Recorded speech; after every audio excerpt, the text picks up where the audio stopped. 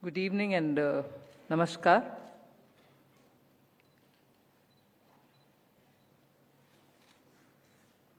Revenue Secretary was on the dais, the Chairman and also the members of CBDT, Chairman, members of the CBIC, former Chairman of both the boards and officers, probationers, invited guests, stakeholders, and also the media. It's a very gratifying moment when you stand before officials who have really performed in the last 1 year extraordinarily. I say extraordinarily because within 1 year, that is 2025, the Department of Revenue has seen such intense work. The CBDT did its own. The Prarambh is speaking about it today, bringing a new Income Tax Act. The CBIC was not left behind.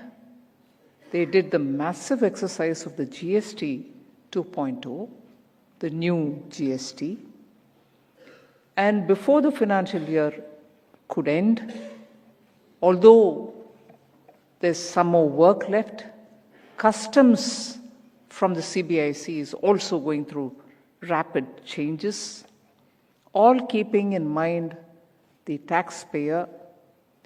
And one department, the Department of Revenue and the two boards, have delivered on the promises which were given to the people during, let us say, one budget in July 24 and the other, which we just tabled, is yet waiting in terms of the finance bill to get passed in the Parliament.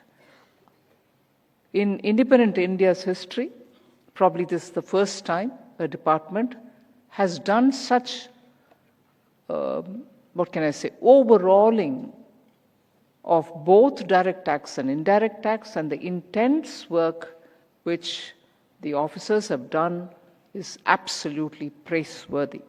So it gives me gratification to stand here.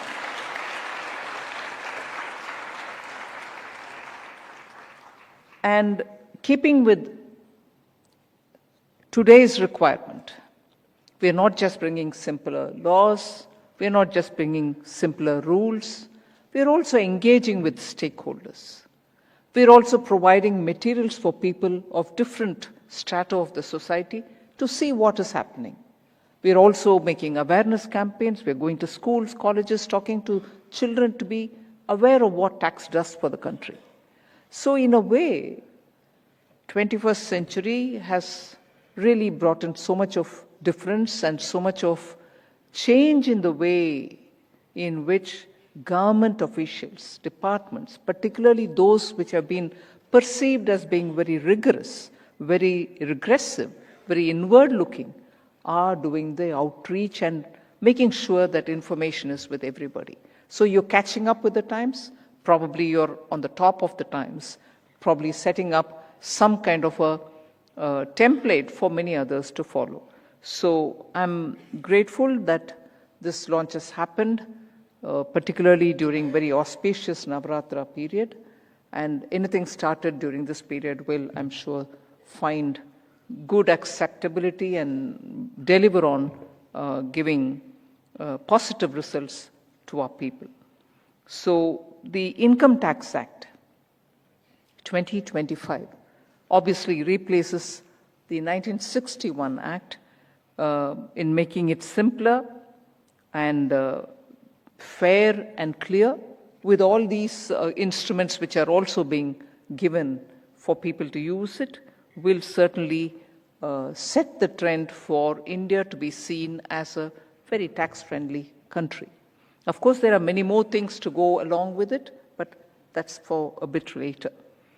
And even more important, and this is something which the media would have noticed, that from 1st April 2026 is when this new tax is going to be coming into effect. But well before that, the department has taken all the efforts to make sure multilingual outreach is happening. Digital platforms are ready for you to try and also ask questions, communicate, have a two-way sharing of information, questioning, and so on. So it was explained by the chairman, but it's worth repeating. So I would like to say a few things about what actually is this Income Tax Act of 2025. Over 4,000 amendments across 65 finance acts made the 1961 Income Tax Act a maze. It got accumulated. Nobody intended it to make a complex act. Originally, probably it was very simple. But year after year, it kept accumulating. So a collection of 4,000 amendments made it very complex. And I think we've heard this before, worth repeating again. 5.12 lakh words across 819 sections and 47 chapters. Frighteningly big. So the common citizen every year had to cope with the changes. It wasn't easy.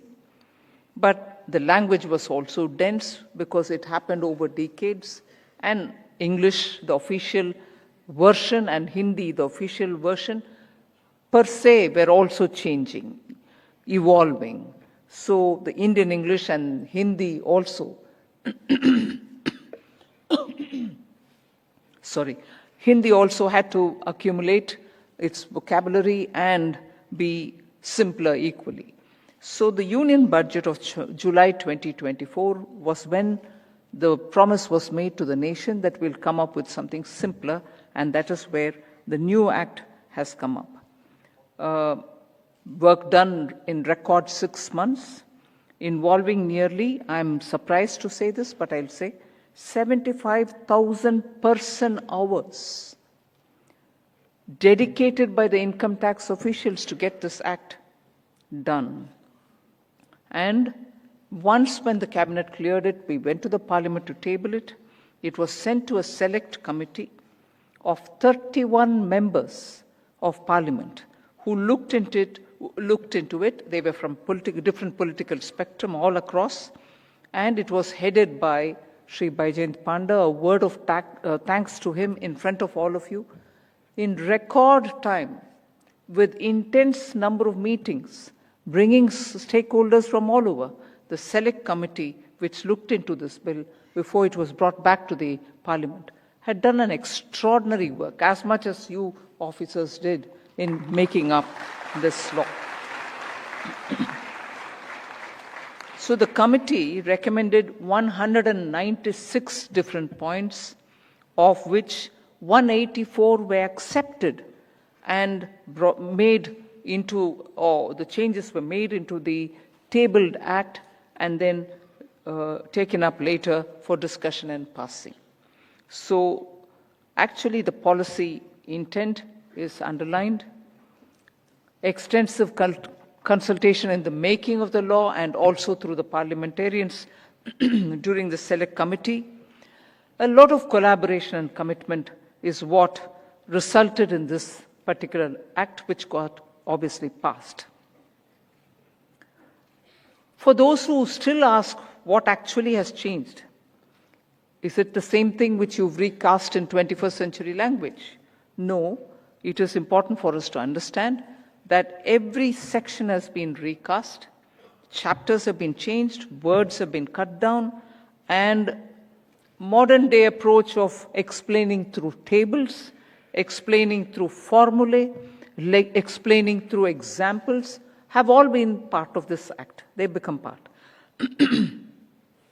So if you look at the sections, 819 sections have now come down to be 536 only. Thank you.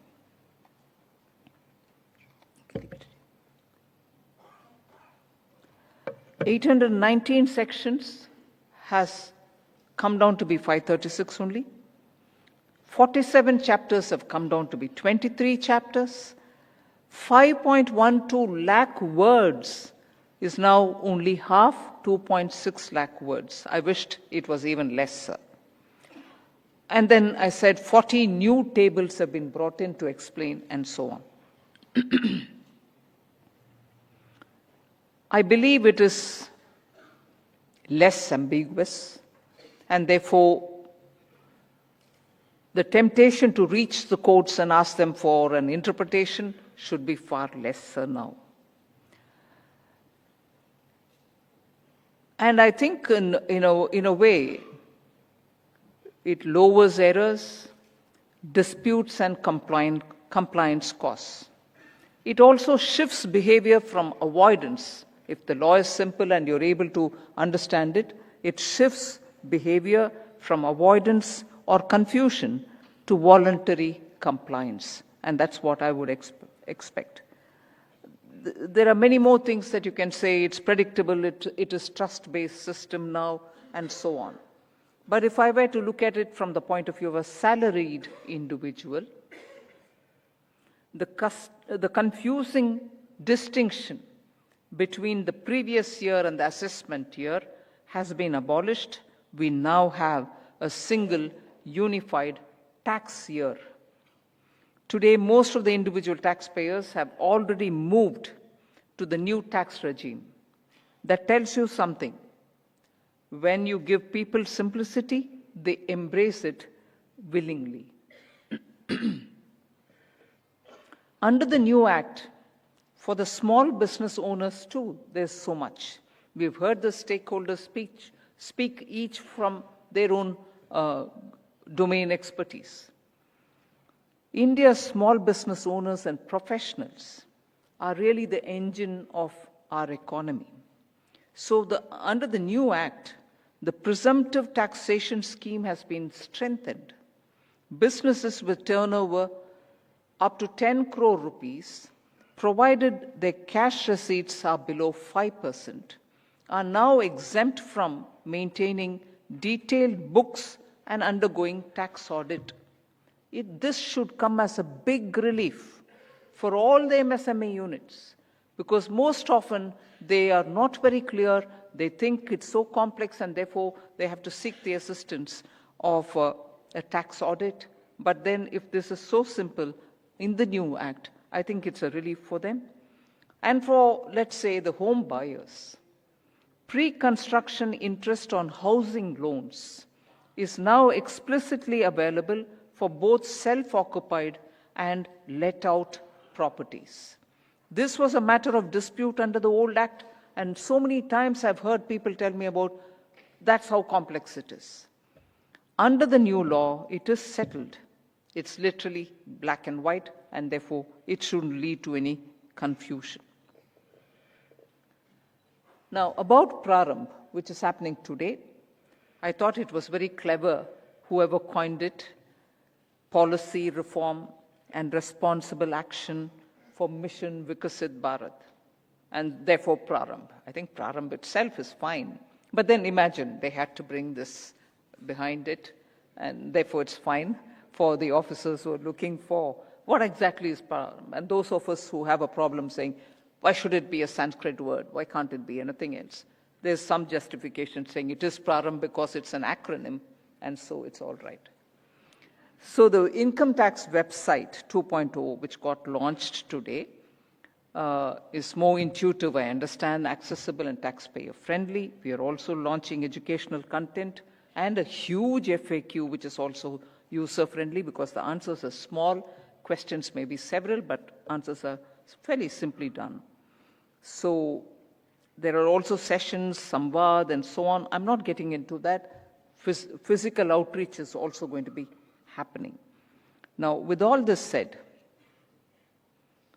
I'd like to take this opportunity to convey my little message to the Income Tax Department. You're not just tax collectors. You're the face of the government's relationship with the taxpayer. I've said this before also, I think. Sorry for repeating, but they are words which have so much of an important message. And therefore, Since you're the face of the government's relationship with the taxpayer, this new law gives you a clearer and leaner framework to make it simple, to make it simpler for people who want to understand it better. However, a good law alone is not enough. So it must be administered with empathy, fairness, and efficiency. I expect every officer to internalize the spirit of this new law. Internalize the spirit of this new law. The spirit is simple. And I'm sure by now several times, the officers must have themselves been discussing among one another. The taxpayer is not your adversary. Please, let's appreciate this. You understand it, but I want you to appreciate it. The taxpayer is not your adversary. The taxpayer is your partner in nation building. So I think the new law is one thing. It's got passed. It is now effective from 2026, 1st April. But I want a new approach, a new mindset. Look at somebody who comes and sits before you as a partner with you in nation building rather than an adversary. I urge income tax officers to treat this Prarambh as an opportunity to embrace this fresh mindset. And those probationers who have come here today, who have joined here today, I'm so happy that they are here. You are starting anew, but you are starting afresh.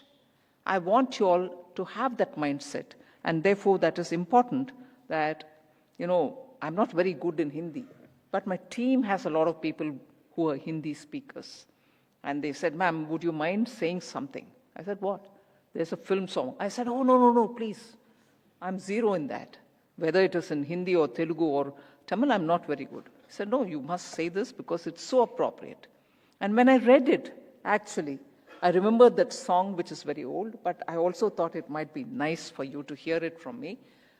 Pardon my pronunciation. Chodo kal ki baatein. Yeah.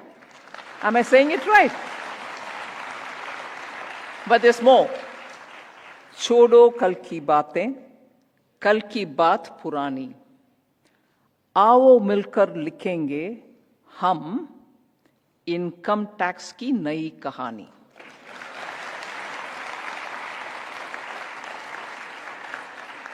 And I understand that the name of the film from where this has come is so appropriate for us, Hum Hindustani. So, and that was from 1960, 61 Act. So many beautiful coincidences. So, I think it's nice time. Chodo kal ki baatein. Let's all be facilitators.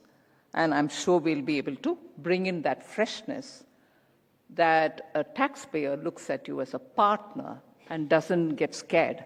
I want the day when a taxpayer says, hey, this is Ugadi. I mean, for us, it was Ugadi yesterday, right? Naya Samvats for Hindi. So I would have expected a time, I hope for a time, when I, as a simple taxpayer, would come with that Ugadi pachadi. We make a kind of a chutney with neem ka flour, mango, gourd, salt, all navarasa, that kind, all kinds of tastes into it, so that you are ready to face a full new year, which may have bitter things, which may have sweet things, which may have, somewhat khatta things. So you mentally prepare. But if your relationship with your tax officer is so good, I, as a Telugu, would have come with Ugadi Pachadi and said, hi, New Year, come, let's share this. And have a mild chat and go away. But I suppose till today, the atmosphere was, my God, no, better not take it to him. He might see the kadua and I might see the good. Nobody would want it. That atmosphere should change. I should feel comfortable to come and say, hello, IT officer, I've come to say hello, Nava Varsh ka Shubhkamnaye. I'm sure this year you'll have good collection, and just go away after that without any sense of suspicion or fear or anything like that. That's the mindset change I would like to see from all of you all. It's an opportunity to build trust. We need less litigation. So our underlying thought with the new act should be that I trust the taxpayer. If I made it simple and there's no need for him to come to me, everything runs digitally, I should have less temptation to take things to the court. If there is a need, call him or her and talk and explain, so that when avoidance is less, when evasion is taken care of, you wouldn't have every little aberration to be taken to the court at all. So I would think it is necessary to build trust, reduce the need for litigation, use technology to minimize human interface, but never lose that humane touch. That should be the new Income Tax Act 2025. Make taxpayers' life easy. As I said, they are not your adversary. So with that, I'll have 6 broad expectations from all of you, if I may say that. And it's an expectation of myself also, being here with you all. The first one is implement the Samvad sessions with sincerity. Reach every corner of the country, and not just as metros, but not just the tier 1 cities, literally every district and every tehsil. So a small businessman from Darbhanga, or a young professional from Coimbatore, or a trader from, let's say, Tinsukia, or a CA from Churu in Rajasthan, all of them should be approached. There's no way in which you can, sit back this year and say, it's all right, we've launched and we had a brilliant program in Vigyan Bhavan. Make sure you reach everywhere. Use simple language, use local language, and every medium available, digital, print, radio, social media, everything should be used. My second expectation, reduce litigation aggressively. With clearer provisions, there should be a measurable reduction in disputes. So every case that goes to a tribunal, now this is going to be hard for you to accept, but I will say it nevertheless. Every case that goes to a tribunal or a court is a failure of our system. You have not been able to simplify it for them. You have not been able to explain it to them. And as a result, people go. And I want to look at it as a black mark on myself. You wouldn't care anything about it, but I would say a black mark on all of us. Simplified law.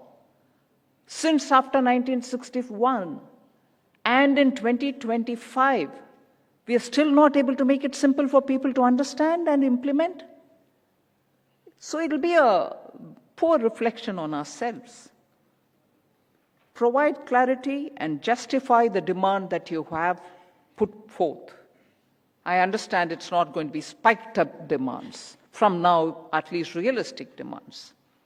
So if we are fighting for every rupee, but spending 50 rupee for fighting for every rupee, are we helping ourselves? So I would think it'll be our failure if we fail to convince the SSC about what you have demanded. Just and fair is what I need to have in practice. The third one, respect the taxpayers' time and efforts. Use technology to minimize the need of any human interaction. Unless absolutely necessary, respond to queries efficiently, without ever requiring the person to come to the income tax department. I would want that to be the gold standard that each one of you all would aspire to adopt. The fourth one, we must proactively engage with the youth of this country. You have young officers joining today, the probationers. They and all of us must engage with the youth. I expect the probationers also to do this. Can we all have an institutionalized, and this is a question I would put to the chairman of the board, Can we have an institutionalized young professionals in CBDT, such as technologists, economists, data scientists, chartered accountants, and legal researchers into tax administration, reform, and analytics project? Do a project, get all of them together, tell what is going on the ground, and get the feedback, and make it institutionalized young professional in CBDT. Youth-led tech innovation and hackathons, innovation challenges can be developed in collaboration with the ICAI, IITs, IIMs, NLUs, and technology institutions to develop AI-driven solutions for compliance simplification and also for fraud detection. So in order to have that, you should have a youth-led innovation, tax tech innovation, and also hackathons. Of course, you've already started, I repeat, tax literacy campaigns for next generation across universities, professional institutes, and also startup ecosystems will be helpful. Now, we can have youth policy labs and young tax innovators forums to engage young professionals, startup founders, and early career tax practitioners in co-designing taxpayer services and compliance reforms. Fifth, the last but one, use technology to arrest evasion. I was looking for a better word than arrest, but I couldn't find. But I know what, I'm sure you understand what I'm trying to say.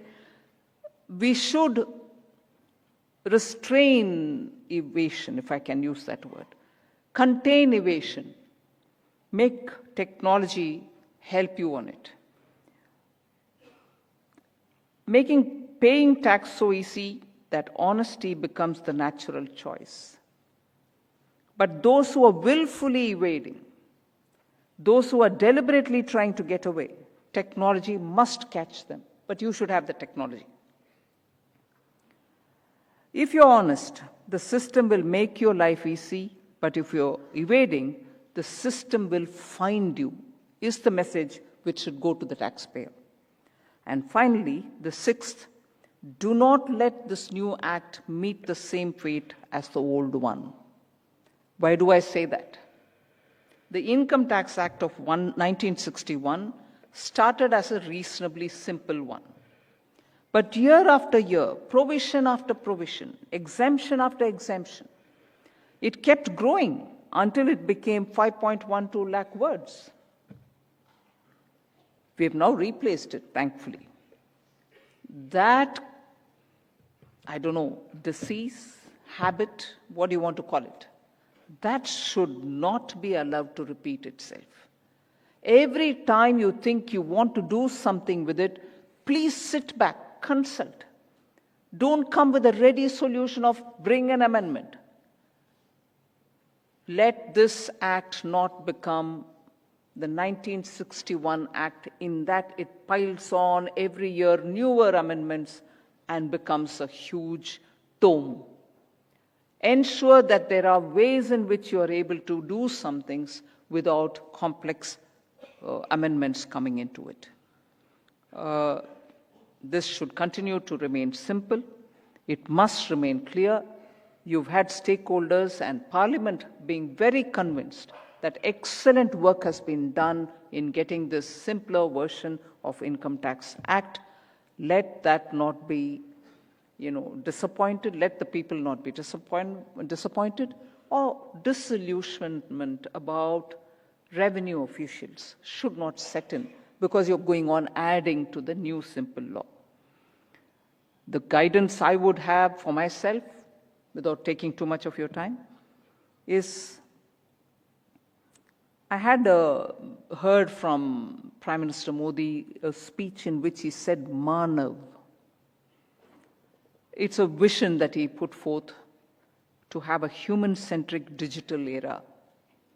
I think it was in that AI conference that he spoke about it, where, very simply, M stands for moral and ethical system. A stands for accountable governance. N stands for national sovereignty. A again stands for accessible and inclusive AI, because we are going to use AI. We need to have ethical AI. We need to have accessible AI. We need to have inclusive AI. And lastly, the last letter, V, valid and legitimate systems. So I think Income Tax Act 2025 must be rooted in moral and ethical systems. We need to strengthen and protect national sovereignty, fiscal national sovereignty.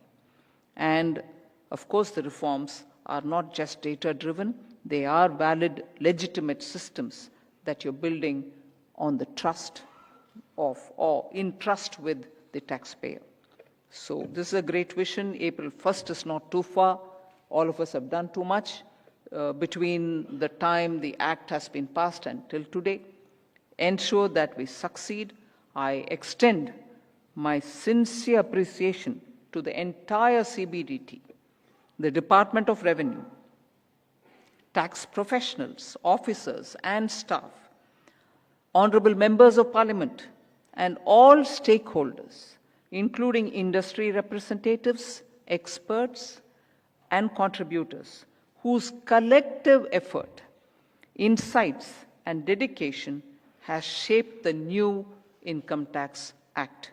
It is for all of us now to make it a part of our life and make it so simple that taxpayers would now be breathing a sigh of relief. Thank you very much. Jai Hind.